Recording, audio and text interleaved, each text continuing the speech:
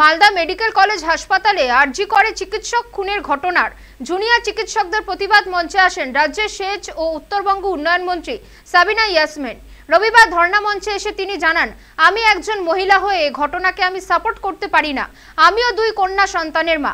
পাশাপাশি নারকীয় হত্যাকাণ্ডের মূল দোষীদের কঠোর শাস্তির দাবি জানান তিনি।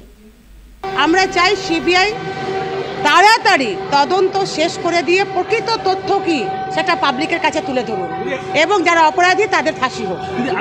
এখানে একটা ঘটনা ঘটেছে, আমরা সাপোর্ট করছি না। আমি একজন মহিলা, আমি সাপোর্ট করতে পারি না। আমিও দুই কন্যার সন্তান, দু কন্যার মা। আমি এই ঘটনাকে কখনোই সাপোর্ট করতে পারি না। আমরা চাই কঠোর থেকে কঠোর শাস্তি হোক এবং এই আন্দোলন শান্তিপূর্ণ আন্দোলন একটা পথ দেখা ভবিষ্যতে, যে যেন কোনো গার্ল চাইল্ড বা কোনো মেয়ে বা কোনো মহিলা যেন ধর্ষণের শিকার না হয়, যেন একবার ধর্ষণ করতে গেলে তার শরীর কাঁপে, যেন এমন একটা কড়া আইন হওয়া উচিত। এটা আমি চাই, মনে করি এবং সেটা হওয়া উচিত।